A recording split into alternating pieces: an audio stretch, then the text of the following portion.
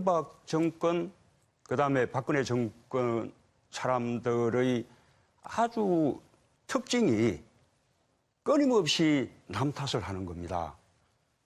지금 북핵 문제도 이렇게 위기 상황을 만들어 놓고 끊임없이 그 앞의 10년 이전의 과거 정부 탓을 합니다. 지금 블랙리스트도 마찬가지 아닙니까?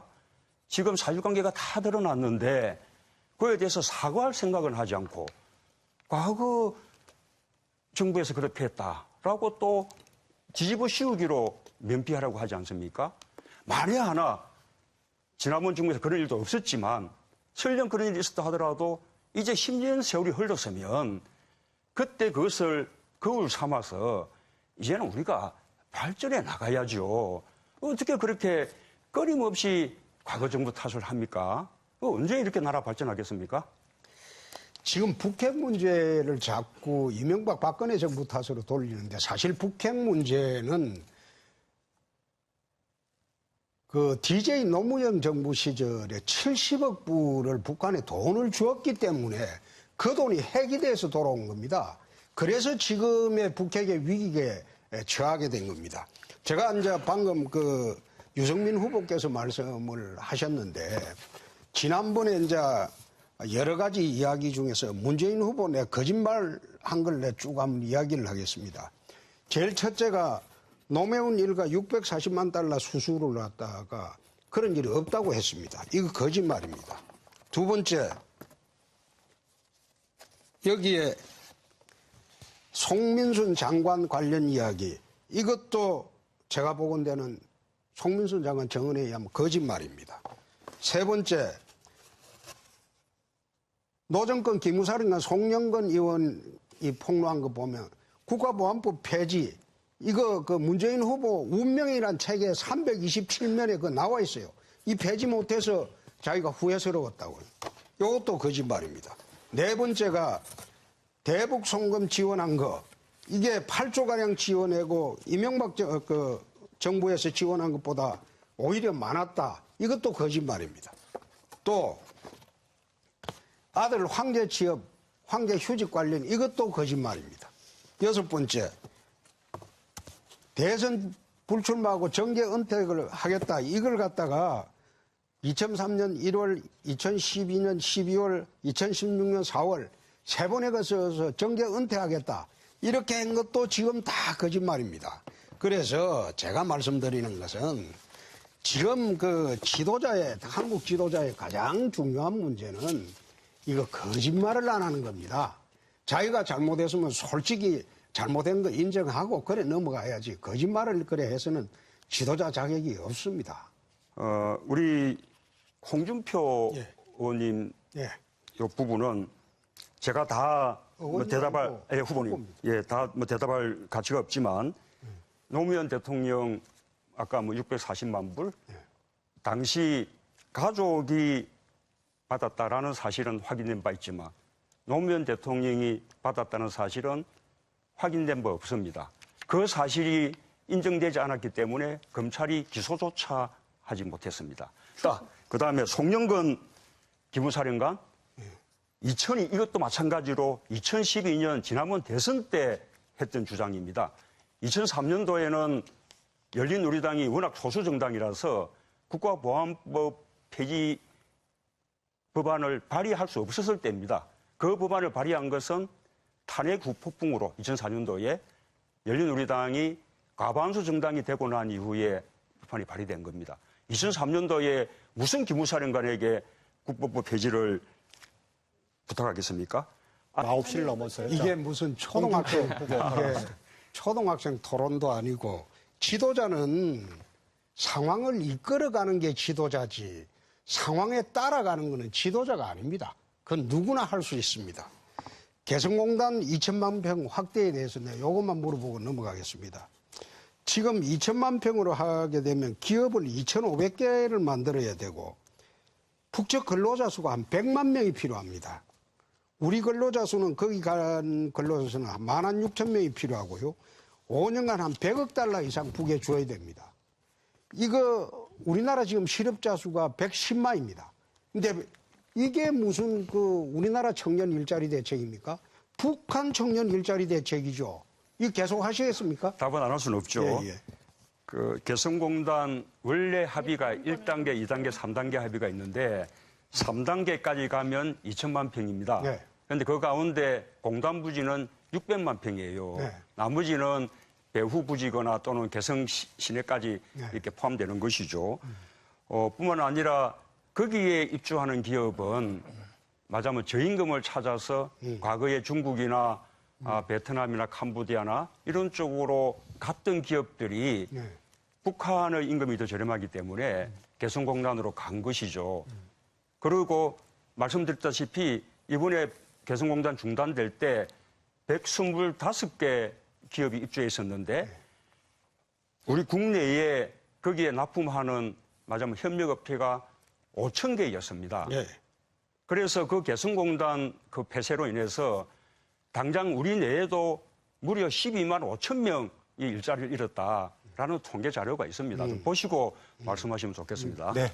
안철수 문재인 두 후보 참 토론하는 거 보니까 이게 초등학생 감정 싸움인지 대통령 후보 토론인지 내가 참 알 길이 없습니다. 참 안타깝습니다. 문재인 후보한테 한번 물어보겠습니다. 공수처 신설하고 경찰의 영장 청구권을 공수처 참 신설에 대해서는 어떻게 생각하세요? 저는 제 공약입니다. 공약입니까? 예. 공수처라는 거는 새로운 검찰청 하나 만드는 겁니다. 결국 그것도 대통령이 임명합니다. 그거 지금 검찰하고 무슨 차이가 있습니까? 우리 홍준표 검사님 검사 출신이신데 네. 후보님 검사가 잘못할 때 직권을 남용하거나 응당 기소해야 될 사건을 기소하지 않거나 또는 오히려 사건을 조작해서 기소권을 남용하거나 그런 경우에 그에 대한 견제 수단, 그에 대한 문책 수단이 뭐가 있습니까? 그거는 저는 이걸 갖다가 경찰의 영장 청구권을 주자는 겁니다. 검사하고 경찰하고 동등한 수사기관을 만들어서 상호 감시하게 하자는 겁니다. 그렇게 하면 감시할 수가 있는데 공수처는 그런 기능이 아닙니다.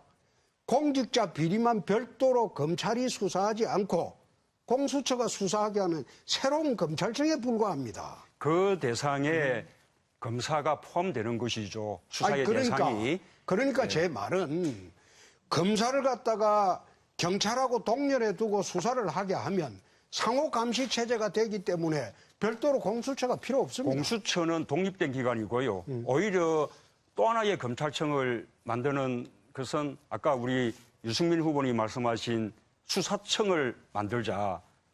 저는 이거야말로 그거는 뭐 별도의 검찰청을 또 하나 만드는 거라고 그건 생각합니다. 별 가치가 없는 말이고 지금 만약 공수처라고 전부 만능이라고 생각하시는데 이거는 공직자 비리만 수사하는 새로운 검찰청을 하나 더 만드는 것에 불과합니다. 검찰청을 견제하는 게 아니에요. 그래서 제대로 견제를 하려면 경찰도 지금 그만큼 수사 능력이 뛰어났으니까 많이 발전됐으니까 경찰하고 검찰하고 동일하게 영장 청구권을 줘가지고 서로 감시하게 하면 검찰 비리가 없어지죠. 그것도 저의 공약입니다.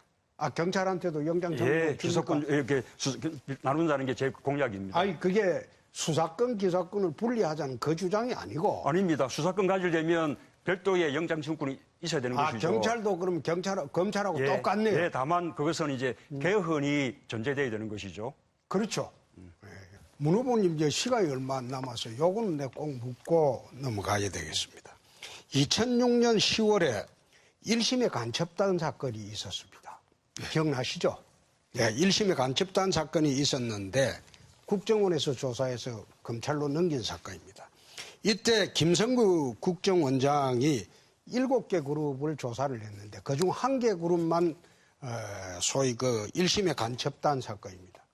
근데 이 수사 도중에 6개를 추가로 수사를 하려고 하니까 문재인 후보 측에 386들이 많이 걸려 있었어요. 많이 걸려 있었고 또 일부는 북으로 A4 용지로 수십만 장이 넘어갔다는 겁니다. 그래서 그걸 수사하려고 하니까 2006년 10월에 노무현 대통령께서 김성규 국정원장을 불러갖고 그만둬라. 이래가지고 이제 그만뒀는데 이걸 이제 버시바우 대사가 미정부에 보고를 했어요. 이러이러한 사건이 있었다. 이게 위키리스크에 지금 폭로가 돼 있습니다. 그때 비서실장을 하면서 왜 김성규 국정원장이 7개 그룹을 수사하려고 하는데 그 관련자들이 전부 그 386 그 당시에 운동권에 문 후보 진영 사람이 워낙 많아가지고 수사를 못하게 했다, 해고를 했다는데 그거 좀 한번 해명해 보시죠. 사실이 아니며 참여정부는 검찰 수사에 관여하거나 통제한 적이 없습니다. 검찰 수사가 아니라 이거는 국정원 수사입니다. 국정원에서 수사를 해갖고 검찰에 송치한 사건입니다. 김성규 원장은 이 사건으로 국정원장에 쫓겨났어요. 그거 그 당시에 전부 보십시오. 지금 인터넷에 검색해보면 이게 사실로 다 나와 있습니다. 그야말로 가짜뉴스 같습니다. 가짜뉴스가 아니고 위키리스크에 폭로가 됐다니까요. 버시바우 대사가 미국에 보고한 그 보고서의 내용이 위키리스크를 통해서 폭로가 다 됐다니까요. 성완종 회장님 메모에 나와 있으면 우리 홍준표 후보님 유죄입니까? 아니 성완종 회장하고 갑자기 그런 식으로 내가 공격한다고 어제부터 내가 듣기는 들었는데 성완종하고 갑자기 성완종이 그럼 사면은 왜 문재인 후보가 2번이나 해줬어요? 몇 입에 해줬어요? 사면 2번 해줬잖아요. 한 정부에서 사면은 성완종이 2번 해줬는데 나는 성완종이를 몰라요. 그런데 성완종이를 한 정부에서 문재인 후보가 사면을 2번 해줬잖아요. 왜 2번 할 때 그 몇 입에 해줬습니까? 예. 그래 2번 해줬잖아요. 그 2번을 왜 해줬어요? 기가 막힙니다. 그거 예. 왜 기가 막힙니까? 또 거짓말 하실 거예요? 예, 2번 사실이 해줬잖아요. 아닙니다. 예, 그만하시죠. 그만하는 게 아니고 얼토당토 하는 이야기를 하니까 그래요. 지도자는 거짓말하면 안 돼요. 아무리 어떠한 상황이 있어도 거짓말은 하면 안 돼요. 예? 지금 또 방금 이야기를 지금 얼머무리려고 하고 있잖아요. 이 자리에 네네. 그런 말씀을 할 자격이 제일 없는 분이 홍준표 후보예요. 왜 다들 저거 사퇴라고 하지 않습니까? 사퇴를 아니 내가 무슨 해요? 연주 체면으로 그런 이야기를 합니까? 아니 그런 이야기는 그만하십시오. 아니 예. 문 후보는 천족에 믿고 있죠. 신부님 앞에 가서 고해성사를 하면 죽을 죄도 용서를 한다고 합니다. 45년 전의 일을 누가 밝힌 것도 아니고 제가 18살 때 일을 제 스스로 책에서 12년 전에 밝히고 국민한테 용서를 구했습니다. 그때 이미 12년 전에 한 용서를 구하고 제가 한 짓도 아니고 친구가 그래 하는 것을 내 말리지 못했다. 그러니까 죄송하다고 이미 했고 또 그것이 이제 공개를 돼가지고 12년이 지났는데 대선 때가 되니까 그것도 검증이라고 내가 아까 또 사과를 했잖아요. 그걸 갖다가 또 물으면 어떻게 해요? 그런 식으로 얼머무리지 말고. 아니 성완종이 그럼 사면할 때 2번 할 때 그럼 몇 입에 했습니까? 자, 시간이 많으니 좋긴 하겠는데 그야말로 유치한 토론 태도 아니에요? 유치한 토론 태도가 아니고 지금 아까 유치한 거는 안철수하고 2분 할 때가 유치한 토론이었죠. 그거는 그 해명을 해야 돼요. 뺐습니까? 예, 예.